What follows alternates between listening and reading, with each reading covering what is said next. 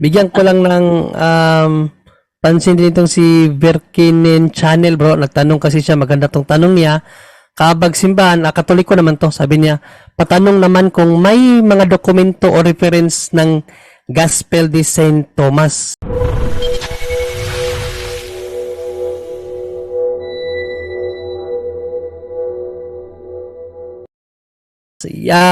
Well, kapatid, yes, meron, no? But, sad to say, hindi siya canonical, no? Ayon nga po dito sa Catholic Dictionary by Iskathan, sabi dito, the non-canonical Gospels, aside from the four inspired Gospels, there were also many apocryphal Gospels that found distribution in the first centuries of the Church, no? Non-canonical Gospels to siya, namely the Gospel of Basilides, the Gospel according to the Egyptians, the Gospel of Eve, the Gospel according to the Hebrews, the Gospel of Judas, the Gospel of Marcion, the Gospel of Matthias, the Gospel of Nicodemus, the Gospel of Peter, the Gospel of Philip, the Gospel Teleosius, the Gospel of Thomas, the Gospel of the 12 Apostles, the Gospel of Valentinus, the Proto-Evangelium of James, and Gina Maria. So, meron talagang nabanggit na Gospel of Thomas, but yun ang non-canonical Gospels. Ano bang non-canonical Gospels? These non-canonical Gospels were notable for their frequently flamboyant literary style, their diverse heretical, Jewish, or Gnostic teachings that place them in stark contrast to the authentic teachings of the four Gospels. Ano na siya? Contrast. Ano yan? Contrast to the authentic teachings of the four Gospels. So, ano siya, parang kabaliktaran ba sa, ano bang Tagalog sa contrast? Yung laban sa authentic na apat na ebanghilyo na ginawa ng mga tunay na ebanghelista, kapatid. Kaya, ano siya, gnostiko, heretical siya. Kaya hindi siya canonical. Meron, but not non-canonical, kapatid na Verkinen Channel. Yun lang, Bro Jando.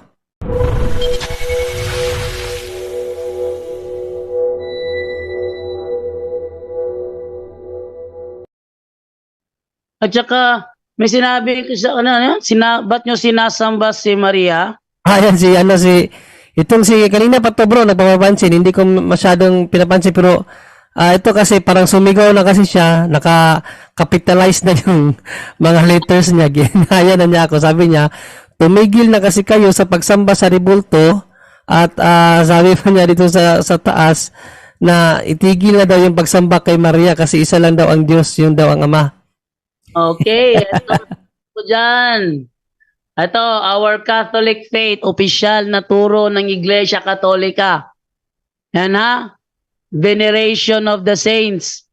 Ano sabi dito? We do not worship the saints. Ayun, pumalpak na naman siya. We do not worship the saints. We only honor them as the special friends and servants of God. We adore God alone. Yan, nasa our Catholic faith, page 220.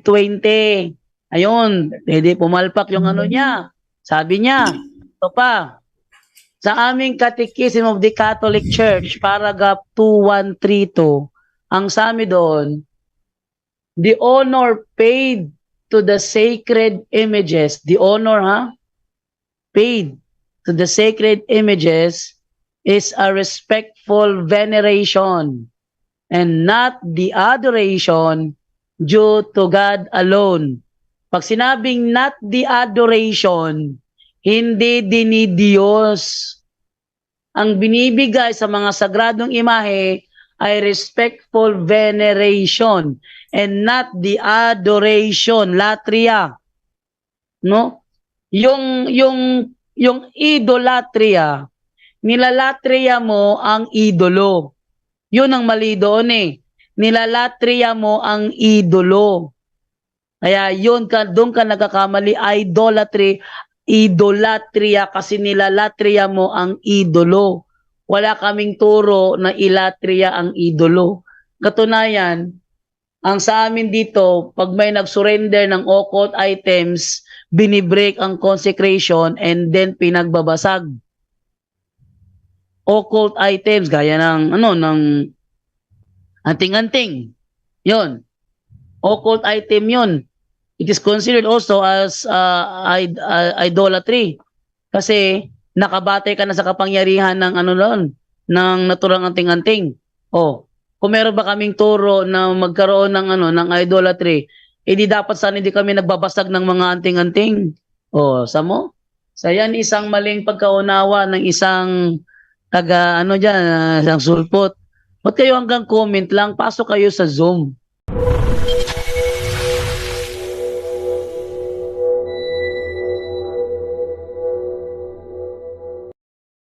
Rosendo, dahil nasupalpal na si Bicolano, nagtapo ng bagong issue, nasa Guinness Book of Record pala ang mga kahalayan ng pari.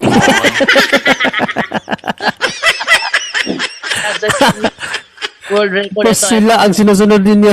Naku po, nasupalpal kasi doon sa binasa mo, Rosendo, umabot na siya sa Guinness Book of Record. Kahit pa na Guinness Book of World Record pa yan, granting without admitting, kahit na the Guinness Book of World Record pa yan, hindi nagbabago ang aming founder at hindi rin nagbabago ang inyong founder. Inyong founder hanggang ngayon sulpot pa rin. Ang aming founder hanggang ngayon, Jesus Christ pa rin. Kahit pa sabihin na maraming nagloko, maraming nagbulakbol ng mga pare, pagpalagay na natin, maraming nagbulakbol ng mga pare, hindi nagbago ang aming founder, Jesus Christ pa rin. At sabi sa Efeso 5:23, ililigtas ng Panginoon ang kanyang iglesia. Yung siyang founder.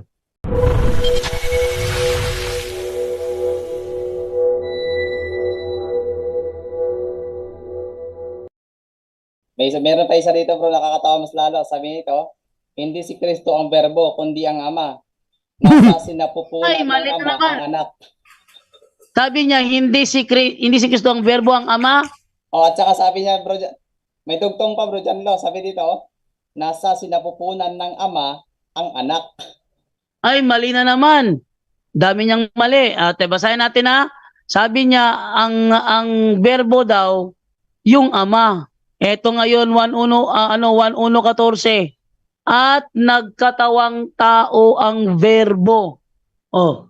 Yung ama bang nagkatawang tao? Basahin mo yung Rosendo, yung una, basahin mo muna sa uno-uno bro, yung Amplified.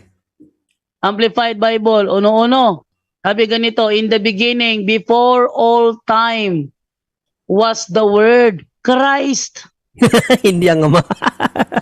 Hindi ang ama. The Living Bible, ganun din Christ.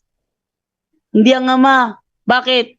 Sa 1:14, timbalikan ng 1:14 ng ang dating Biblia, at nagkatawang-tawang verbo at tumahan sa gitna natin at nakita namin ang kanyang kaluwalhatian. Kaluwalhatian gaya ng sabugtong ng ama. Gaya. Yun ang kanilang dahil may nakalagay na gaya. Gaya nga eh. Sinabing, palibasa kasi ang dating Biblia ito, magandang balita Biblia. Naging tao ang salita. Sinong salita ang naging tao? Ang ama? Saan nyo nabasa na ang ama naging tao? Wala. Patripasyanism yan, nag-ano niya Rosendo, yung nagtanong kay Aljan, patripasyanism yan. Nakita namin ang kaluwalhatiang tunay na kanya bilang kaisa-isang anak ng ama. Ngayon, sino ang nasa sinapupunan ng ama? Balikan natin 1:18 ng Juan.